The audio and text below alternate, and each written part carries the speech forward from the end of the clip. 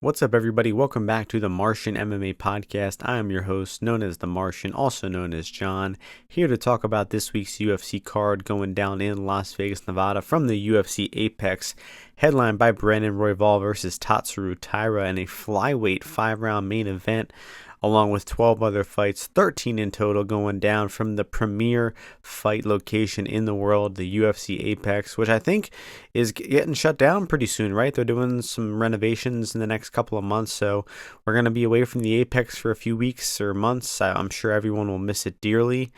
So make sure you cherish it this weekend, and we're going to be talking about bets and betting opportunities for all 13 fights in just a few minutes here, but just a quick recap of last week.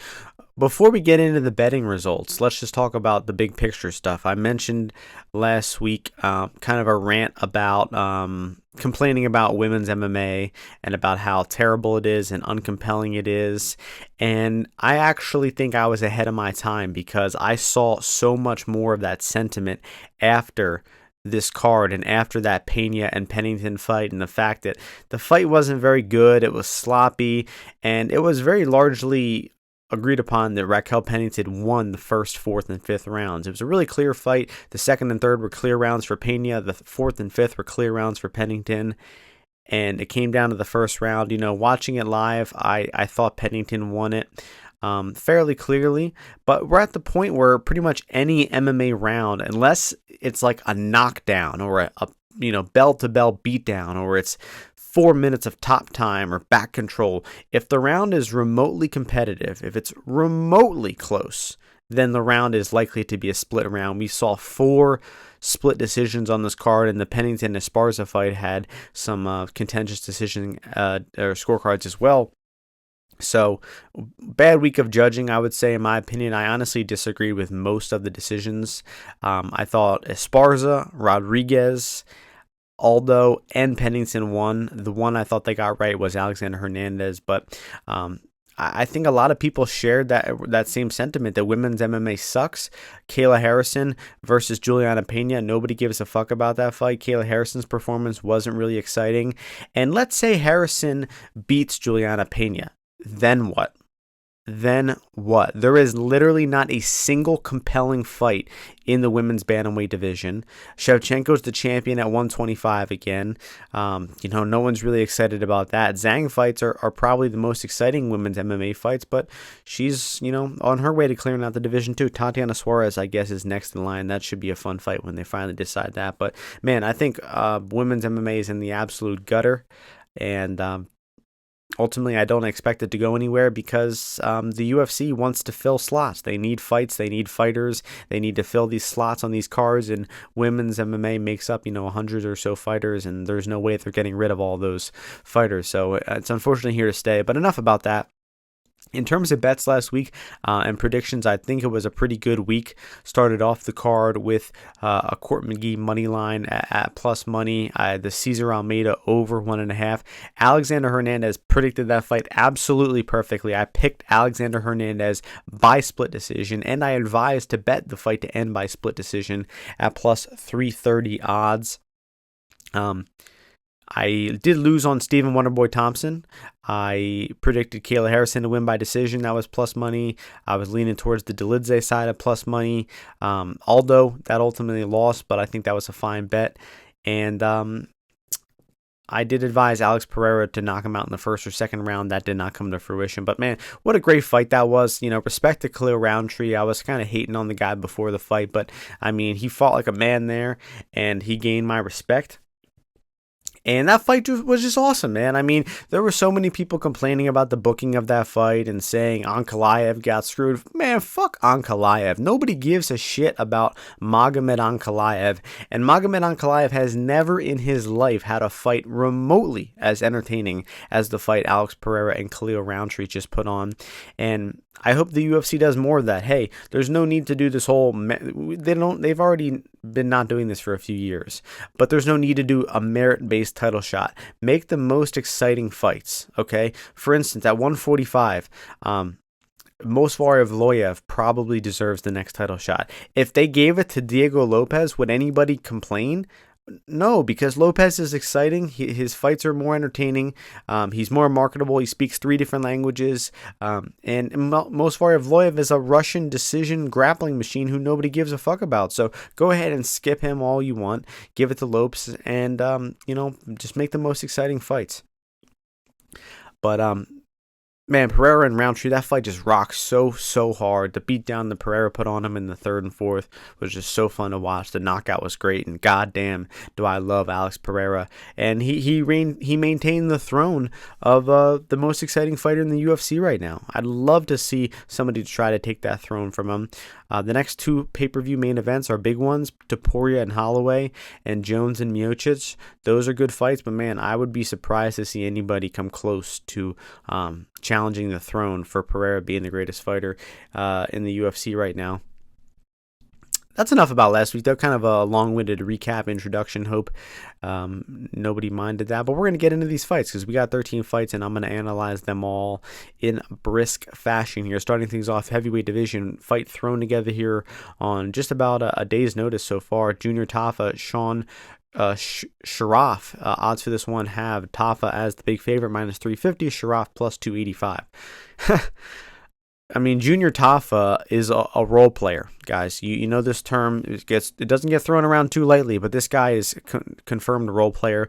That last fight versus Walker, total bum shit. Tafa does not train MMA. This guy, he doesn't clinch, he doesn't grapple, he doesn't wrestle, he doesn't know how to do any of that. All he wants to do is throw punches and knock you out, and he absolutely sucks at everything related to MMA. He's not even a good striker. He is not a good striker. And Sharaf, from the limited footage available, hey, the guy's urgent. He comes out fast. He throws punches. He looks like an okay athlete. Looks like he's in okay shape. He's been training, pretty seriously for a few years now. And that alone is good enough for me to endorse a small bet for him at near 3-1. I mean, Junior Tafa sucks donkey dick at MMA. And he got his ass absolutely whooped by Marcus de Lima.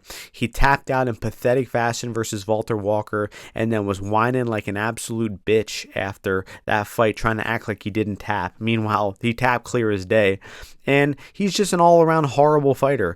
So I'm happy to fade him and take a small shot on Sharaf and hope for the best here. Next fight, women's strawweight division, Corey McKenna, Julia-Polastri. Odds for this one, Polastri slight favorite at -132, McKenna plus 112 coming back. Initially, I was thinking, hey, McKenna should be the one with the more grappling upside, should be the better grappler here, and she's plus money. That intrigues me. But, I just think that her path to victory here is pretty limited. It really needs those takedowns, right? She's not going to win this fight on the feet. And meanwhile, Julia-Polastri actually has, I think, way more ways to win the fight. I think that she could win with her own takedowns, and she could also win the fight on the striking, and she could definitely should be the favorite in the striking exchanges in this fight. Much more comfortable at distance, and she did get taken down and out grappled versus Jasmine Jasdavidius at 125. Now this is her natural weight class, and Jasmine, I'm gonna make a bold claim here, but Jasmine is top 10 women's fighters in the UFC right now. I mean, she is a good physical fighter who can string together strikes and takedowns, and this is a much different opponent. Corey McKenna is a weak little girl, while Jasmine Jasdavidius is a full-grown Canadian woman. So very different scenarios here. If anybody is equating the two of them, I don't think that's really fair. And Polastri's gotten a lot better since that fight as well. So I'll go with Polastri to win a decision. McKenna obviously has that path to victory with her takedowns and top game, but I just don't rate her wrestling, her physicality, her grappling good enough to take that. And I think this line is accurate with Polastri as a slight favorite. Moving on, bantamweight division, Haddon-Arguetta, Cody Haddon, fun one here. Haddon as the favorite, -182. Arguetta coming back plus 157. So I compare Arguetta to a Merab archetype, where this guy isn't a good striker or grappler, but he goes hard. He attempts a lot of takedowns. He just tries to push you up against the cage and take you down and grind the entire fight. And you don't really have to be good at striking if that's the case, especially at 135, where these guys don't really have the ability to counter you with hard strikes on your way in. And I could just see a very similar fight to Arguetta's last fight happening against Matsumoto, where Arguetta was winning the fight early on, was aggressive, was taking him down over and over, but his top control sucks. He very often tries to dive on submissions without proper control. And I think that's very likely to happen here, where Haddon is the much better boxer of the two, but I could still see him getting, trapped against the cage and getting put on the back foot by Arguetta and taken down a few times. I don't think he's going to be in imminent danger of being submitted. And that leads me to believe that he will probably survive. He will let Arguetta burn his gas tank and attempt all these takedowns and use all this energy. And Arguetta is probably going to slow down, very similar to what happened versus Matsumoto. And I think the first half of the fight favors Dan Arguetta, so I would not bet on Haddon before the fight. But I definitely think that Haddon live bet here is the angle I will be looking to take, because we just have such a good sample size of Arguetta slowing down. And once the fight slows down and it can't go at that blistering pace, he just doesn't really know how to fight. He can't fight at a slow pace. His striking is terrible, and I think there's a real good chance that Haddon takes over in the second and third. Right now, Haddon 2 is at 575, not great odds on BetOnline. Let's see what it opens up at other books. Maybe we can get a little bit higher at like 8 or 9 to 1. But Haddon in the third round interests me a good bit. It was, 5 seconds before the end of the second round where Arguetta tapped out last time. So I think that Haddon round 3 would be a pre-fight bet I'm interested in, and I'm definitely looking to fire away on the live line, and even the fight to end by split here at 350, because I favor Arguetta to win the first, I favor Haddon to win the third. The second round should be a close competitive round, so end split seems pretty good here for me. We're moving on. Interesting first 3 fights. We're moving on to a great fight here in the featherweight division. Jonathan Pierce, JSP, taking on Project Pat Sabatini, as Ozzy liked to call him. Odds for this one have JSP as the favorite, sitting at -185, Sabatini +160. The fight odds order of these fights is all messed up. Sorry if I'm pausing before some of these odds getting listed off, but I rewatched a lot of these guys' fights last night, and my conclusion is that it is time to bet on Philadelphia. Hey guys, rough time for Philadelphia sports lately, real rough. But Pat Sabatini, I think, is going to be coming back off of his loss to Lopes here. And this is, I think, a good matchup for him, because Sabatini is not a good striker. Neither is JSP.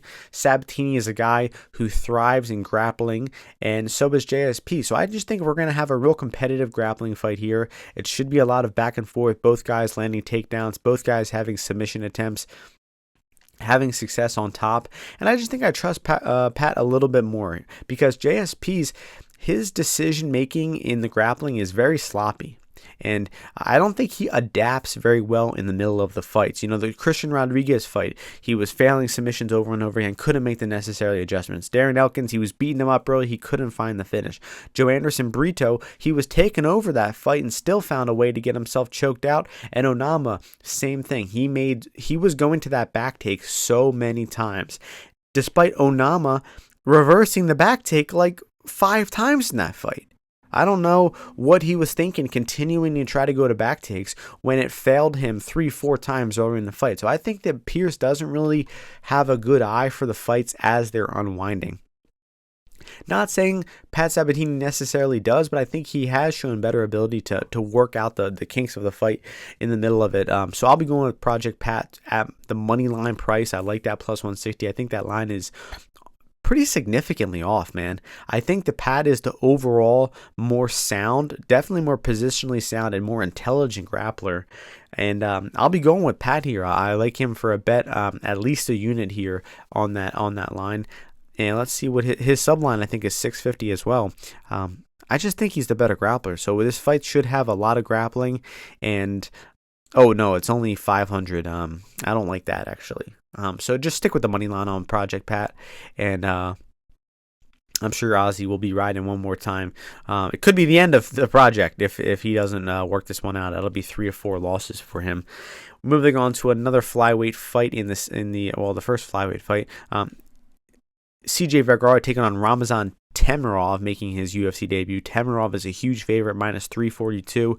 Vergara is +282. So Knowing nothing about this guy, I'm thinking, hey, if he's this big, massive favorite over Vergara, he must be a really good grappler who takes guys down and keeps them down. Not the case at all. Temirov is a power striker, a knockout artist at 125, which really is a bad recipe, right? That has worked for like one guy ever, Davison Figueiredo. And who else in history, Manel Kape kind of fell apart for him, but, just being a power striker, relying on knockouts at 125 is a pretty bad strategy, in my opinion. He also hasn't been out of the first round in his past 4 fights, going all the way back to 2.5 years ago was the last time he went the decision. And I just think if you watch that one decision fight, you clearly see this guy is not all that. And he is getting this big price tag because he has an appealing record. He's 17-2. He has, an Ov at the end of his name. He's coming out of Uzbekistan, which actually is the best country in the world for amateur boxing. But and Vergara just hasn't had a great UFC run lately. He's 12-5 overall, only 3-3 in the UFC. And I just think people are underrating CJ Vergara here. So I think CJ Vergara is certainly worth a bet here. I think this line is playing way too much into this Temirov. This guy's beaten nobody good. He's beaten a bunch of Asian guys in Ryzen and a bunch of no-name guys in weird promotions. That Chinese WLF promotion, that is such a huge red flag. This guy's whole resume reads as a fraud to me. So I like Vergara here. I also like Vergara in very small bets. Keep them small in the second or third round. Maybe round 3 for decision for Vergara, because I just think there's a good chance this guy slows down, and we know Vergara has good cardio. Those odds, 1,200, 1,600, those odds suck. Bet online, typical for them. Hopefully we can get a little bit better. But yeah, Vergara money line I think is good before the fight, and be ready to add live as well, because I just think this guy is nothing special. And if he can survive the early knockout swarm, I think there's a good chance Vergara takes over with pace, and I think Vergara's fought the better competition by a good margin too. So very disrespectful line to CJ Vergara here. And we are moving on to another flyweight fight on the prelims. Clayton Carpenter, Lucas Rocha odds for this one. Oh, it's actually Rocha because he's Brazilian. We have Carpenter at -200, Rocha plus 170. This is a pretty heavily discussed fight this week amongst bettors. A lot of people came in on Carpenter's money line early on. I think that was probably fine. And I think though, a lot of people, they watched Rocha's fight tape and they saw him getting taken down and out grappled versus, Mateus da Silva. Even Davi Bittencourt took him down and took his back a lot in the first round of the Contender Series. He got dropped several times in a regional fight of his versus, I think, Marcial Santos was the guy's name, who was 3-7 at the time of the fight, and he was still dropping. So I think people are looking, hey, Rocha's bad at grappling, bad defensive jiu-jitsu and whatnot, and he has a questionable chin, and they're fading in with Carpenter. But rewatching Carpenter's fight, this guy is not that good, and I think he is equipped to beat Rocha, but I don't think it's as easy as people are making it out to be, and I guess that's why the line is kind of holding at 200. It's not getting too out of control here. And I ultimately will be picking Carpenter to get the win, but I'm just not as confident to be laying juice on him. I think, where the line is at now is probably fine. I could see Rocha coming back late in this fight because the guy does seem to have pretty good cardio, and he has several finishes in the second and third rounds in his recent fights. And I think there's a good chance that if he doesn't get finished early on here, he could present some problems for Carpenter in the second and third round, because Carpenter's wrestling is not good, guys. I don't know. People are kind of thinking, hey, this is going to be easy work for Carpenter. I personally don't see it, but it's been a long layoff for Carpenter. It's been over 1.5 years off, and he could have made some solid improvements at the time. I do have bets on this fight. It is Carpenter sub round 1, 1,200 sub round 2. I think 1,800 is the line on that next one. Because I think that if he's winning this fight in easy fashion, it will be by taking him down, taking his back, and hopefully getting a choke. So I like those lines. Hopefully he will attack the takedowns early and maybe wrap up a neck and get out of here quick, because it could get ugly for him late. So I'll be looking for Rocha live if he's able to survive the grappling early on in the first half of the fight. Moving on to the last fight on the prelims, Niko Price taking on Fremd-Alhassan. Odds for this one have Themba minus 375, still taking action. Niko Price coming back plus 310. I hate Fremd-Alhassan. I truly hate this guy. Might be my most hated fighter on the roster, and it's because of The Rock, partially, and just because of people's perceptions of him. They actually think this guy is good at MMA, but he is not. He is certainly not. His fucking Tapology picture is him holding a UFC belt. Meanwhile, he got finished by AJ Fletcher. So yeah, I mean, this guy is not good. He has just fought really bad competition. Takashi Sato, Pete Rodriguez, Ramiz Brahima can't really string together three worse fighters at welterweight in the UFC than that. And Niko Price is a big step up. Now, you know, the old Martian a few years ago would thinking, hey, let's fade him.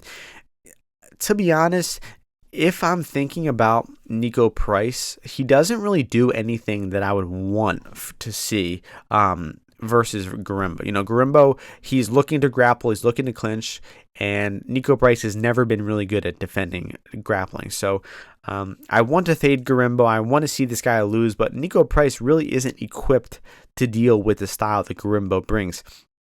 However, the price just keeps on inflating, and at a certain point, we will be forced to bet Niko, because Niko does have, power in his hands. Obviously, he can knock you out from all different angles. He knocked Randy Brown out from bottom position and James Vick out from bottom position. So at a certain point, we might be forced to bet him. But Niko Price, I was kind of counting him out before that last fight versus Morono, as a lot of people were. And he actually showed up and looked fine in that fight, partially due to Morono looking horrible, which we'll get to in just a little bit here. Actually, that's the next fight. So I think Themba probably will win a decision here, unfortunately. But man, it would be so sweet to see this guy get knocked stiff. And the fight going the distance at plus money is kind of confusing to me. What is the most likely finish? Themba by... They actually have... Wow. If Themba's sub at plus 155, that's terrible. No, you gotta fade Themba ITD here. I think Themba decision... No, just go fight to end by decision. Plus 125.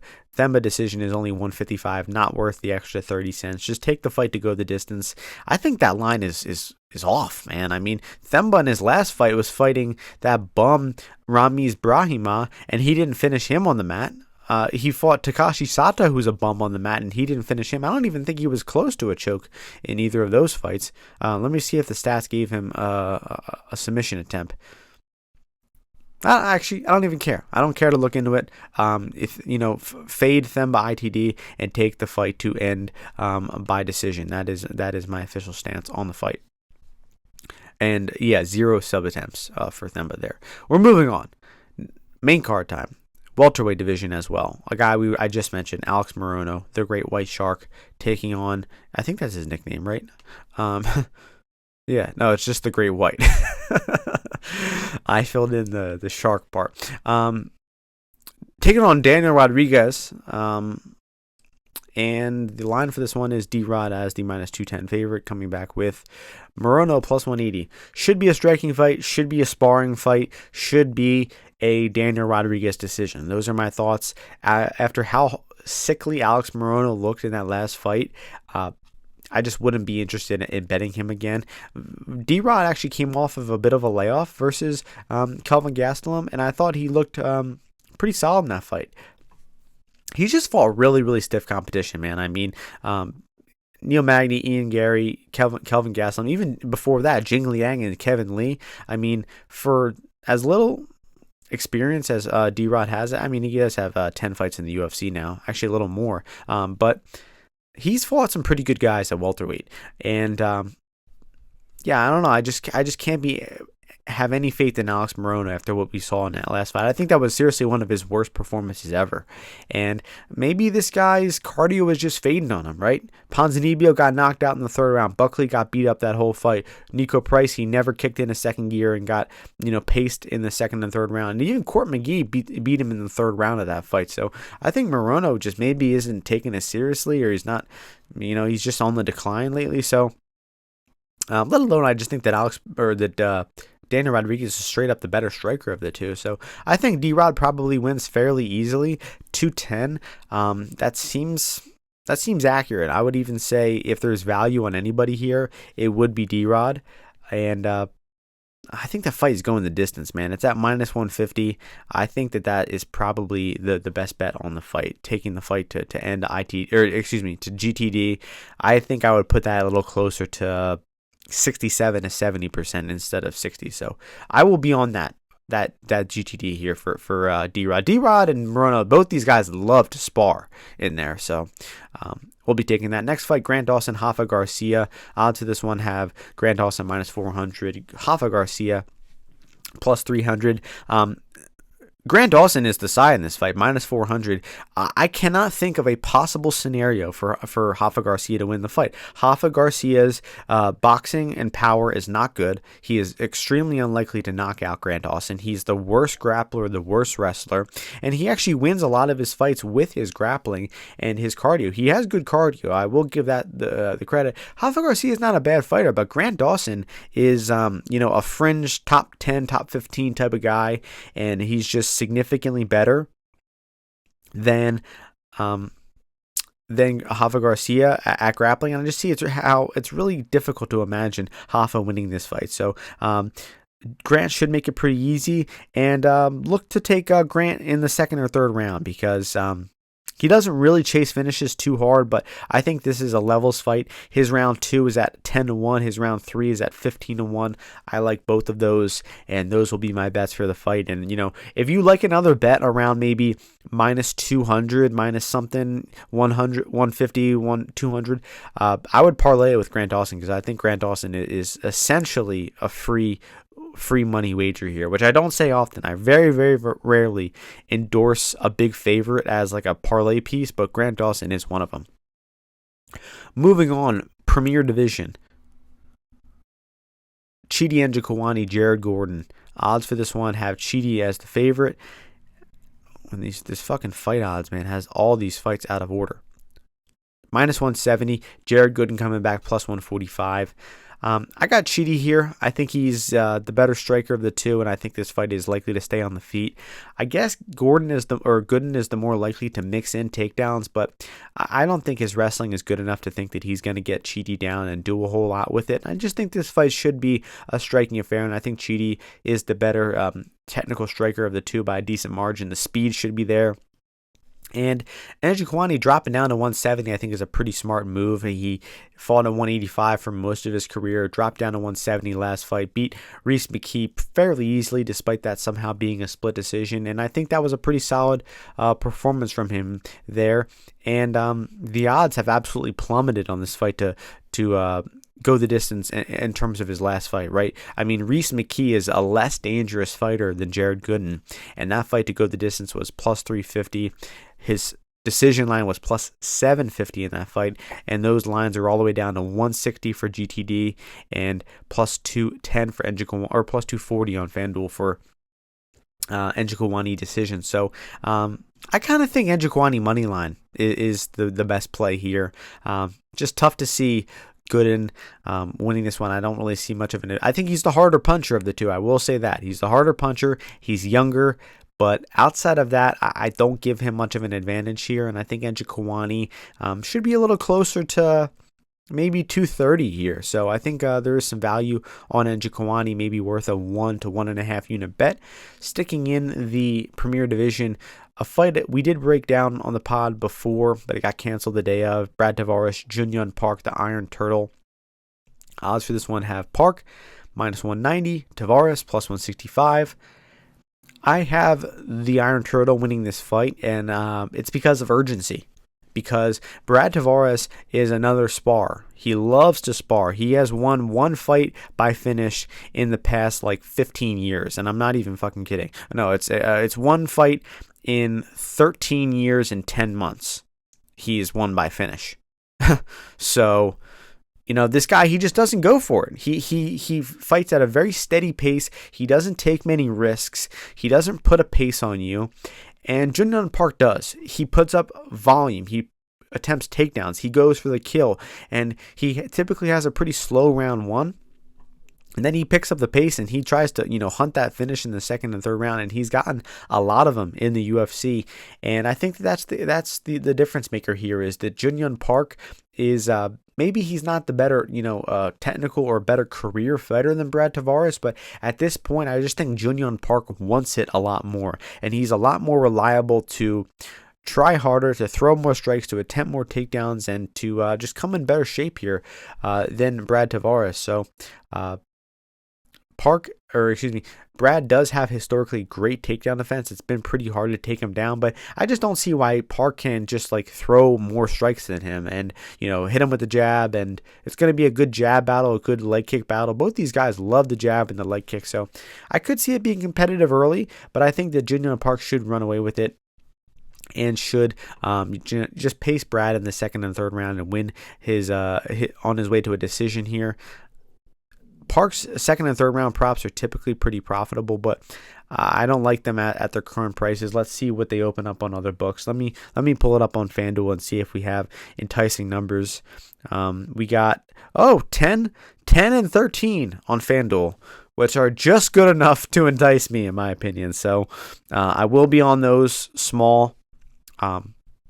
Because Tavares is a lot harder to finish than some of the other guys that Park has been finishing in these later rounds, like Duraev, Holmes.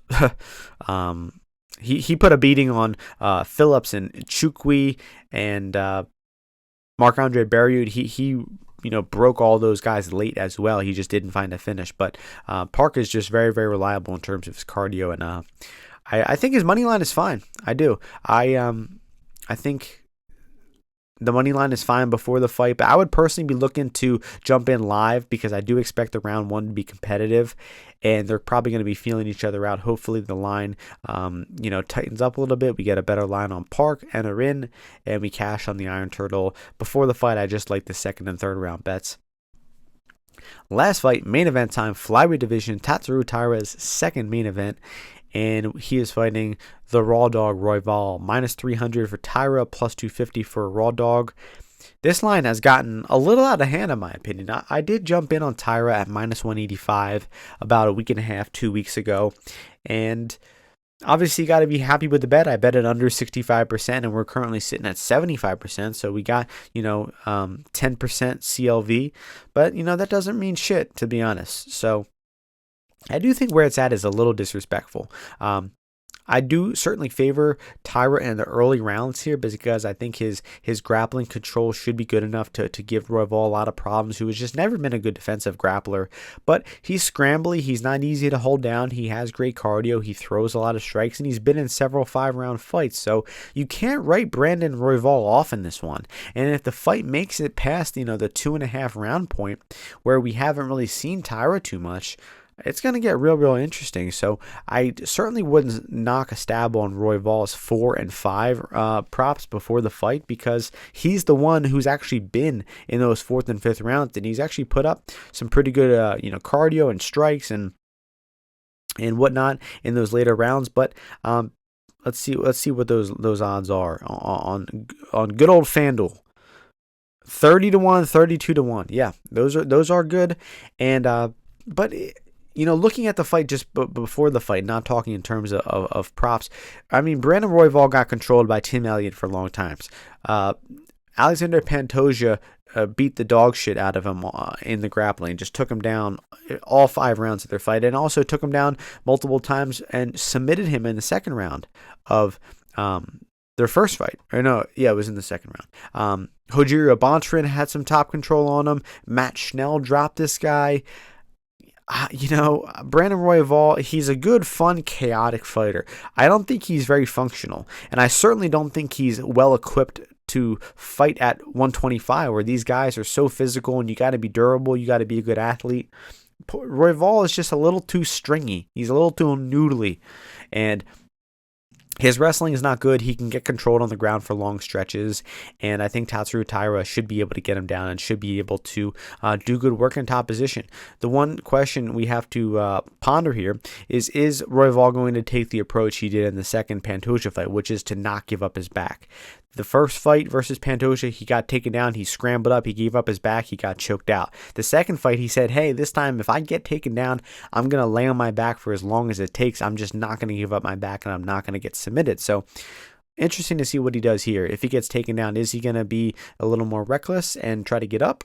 Or is he going to play conservative and, just live to see the later rounds possibly? Hopefully he does the first, because the Pantoja fight, he got shut out, I believe 5-0.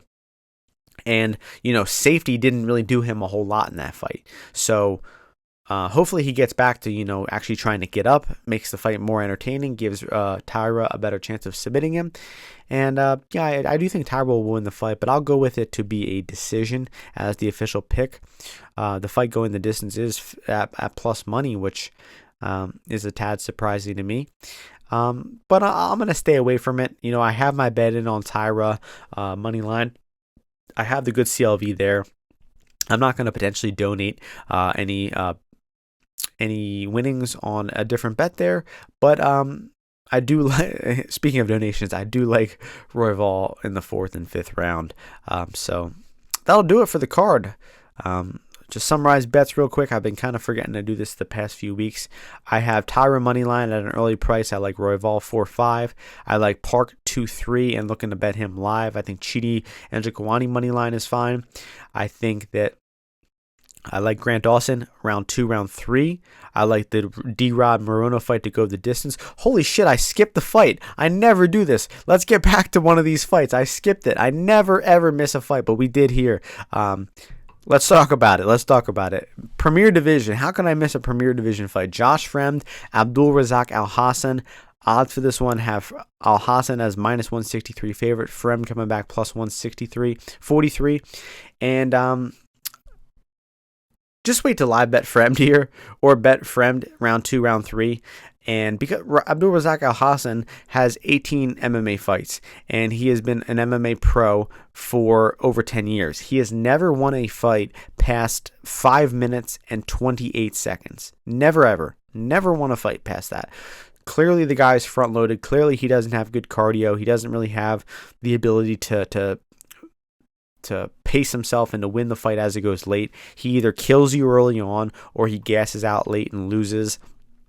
And Fremd is just too harmless to trust early here. No interest in Fremd money line before the fight, because he's easy to take down. He's kind of like a tall giraffe. He doesn't have good defense. And if Abdul wants to just, spaz out on him and attempt to rape him here, that's a niche reference there, then he probably can do it. But if he can't, obviously he's going to slow down. That's why you take Fremd round 2, round 3 before the fight, and then you look to jump in on his live line during the fight if he is surviving. I don't even know what the fucking odds are on 2-3. Let's see if FanDuel has them. They do. 13-1 on 2, 21-1 on 3. I know I've endorsed several 2-3 props on this card, but I'm telling you, at least one is going to hit. At least one. Between between Junyon Park, Grant Dawson, Josh Fremd, CJ Vergara, one of those guys is finishing in the 2nd or 3rd round. So let's get back to summarizing the bets. I'll do it once more from the top. Royval 4-5, Taira money line at early prices. Junyon Park round 2, round 3. Chidi and Njokuani money line. Garcia-Dawson round 2, round 3. Goes the distance and Rodriguez Morono. Josh Fremd round 2, round 3. CJ Vergara money line round 2, round 3. Pat-Sabatini money line. Nothing on Themba. Themba and Price goes the distance. Tafa-Sharaf money line. Nothing on Polastri and Mckenna. Nothing on Haddon-Arguetta, and then Carpenter round 1, round 2 sub. So that's it. a lot of bets on this card. I think there's a lot of good opportunities. These Apex cards, I think, are typically pretty good for betting, and they're much more fun and profitable to bet than the pay-per-view cards. So I like this card. Hope you are all able to enjoy the podcast, get some good information. Thank you all for listening. Hope you all win some bets and enjoy the fights, and I'll see you before the UFC next week. Peace out, everyone.